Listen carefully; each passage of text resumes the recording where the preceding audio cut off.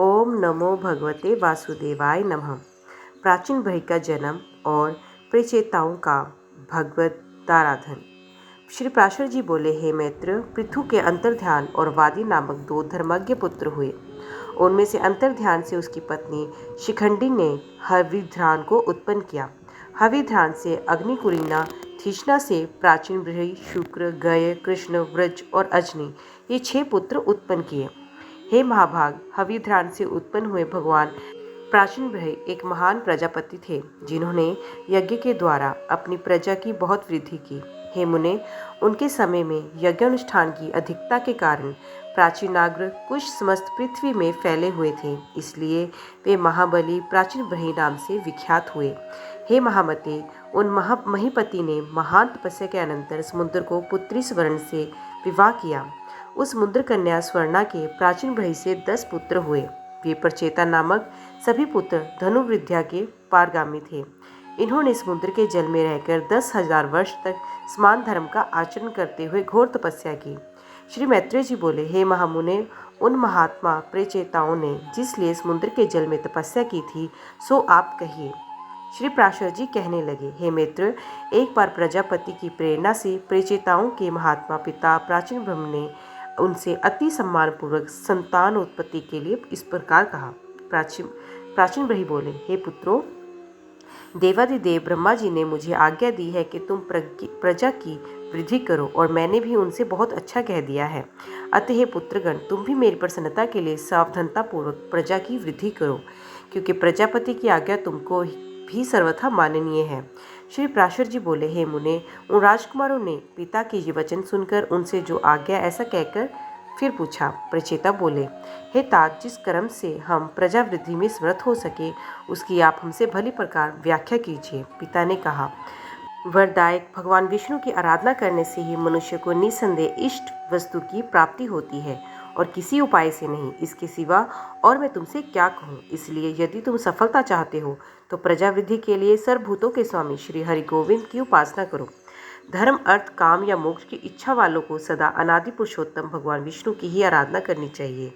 कल्प के आरंभ में जिनकी उपासना करके प्रजापति के संसार की रचना की है, तुम उन अच्युत की ही आराधना करो। इससे तुम्हारी संतान की वृद्धि होगी।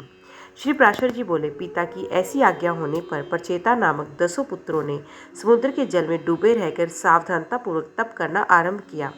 हे मुनिश्रेष्ठ, स्वर्ग लोकाश्रय जगतपति श्री नारायण में चित्त लगाए हुए उन्होंने 10,000 वर्षों तक जल में ही स्थित रहकर देवादिदेव श्री हरि की एकाग्र चित्त से स्तुति की, जो अपनी स्तुति की जाने पर स्तुति करने वालों की सभी कामनाओं को सफल करते हैं। श्री मैत्रेय जी बोले, हे मुनिश्रेष्ठ, समुद्र के जल में स्थित रहकर प्रेचेताओं ने भगवान विष्णु की जो अति पवित्र स्तुति की थी, वे कृपा करके मुझे भी कहिए।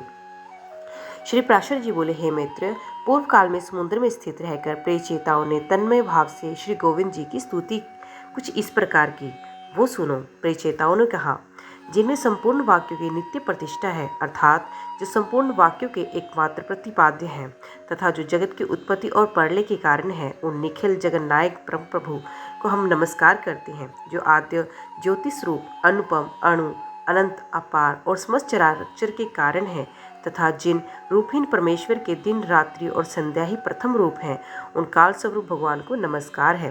समस्त प्राणियों के जीवन रूप, जिनके अमृत में स्वरूप को देव और पितृगण नित्य प्रति भोगते हैं, उन सोम स्वरूप प्रभु को नमस्कार है।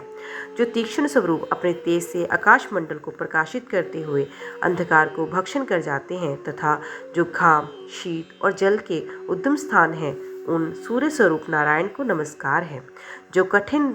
जो कठिनता युक्त होकर इस संपूर्ण संसार को धारण करते हैं और शब्द आदि 5 विषयों के आधार तथा व्यापक हैं, उन भूमि रूप भगवान को नमस्कार है।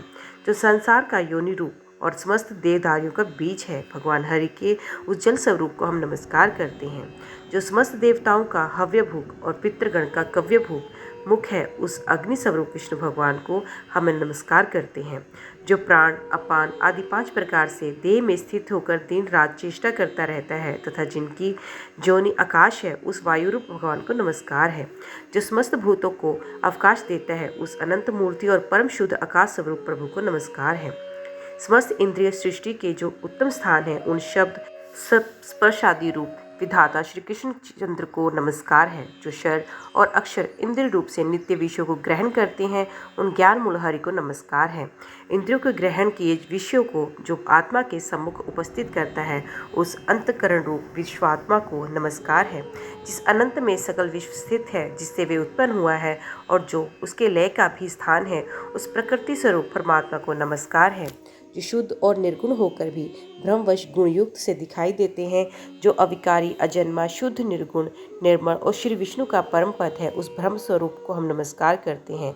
जो न लंबा है, न पतला है, न मोटा है, न छोटा है, और न काला है, न लाल है, जो स्नेह, द्रव, कांति तथा शरीर से रहित एवं अनासक्त और अशरीरी जीव से भिन्न है, जो अवकाश, स्पर्श, गंध और रस से रहित तथा आँख कान विहीन, अचल एवं जीवा, हाथ और मन से रहित है, जो नाम, गोत्र, सुख और तेज से शून्य तथा कारणहीन है, जिसमें भय, भ्रांति, निद्रा, जरा और मरण इन अवस्थाओं का अभाव है, जो अर्ज, अशब्द, अमृत, गति शून्य और अस्वरंत है, एवं जिसमें पूर्वापूर्व व्यवहार की गति नहीं है, वही भगवान विष्णु का परम पद है, जिसका ईशान शासन ही परम गुण है, जो सर्वस्वरूप अनाधार है तथा जीवा और दृष्टि का अविष्य है।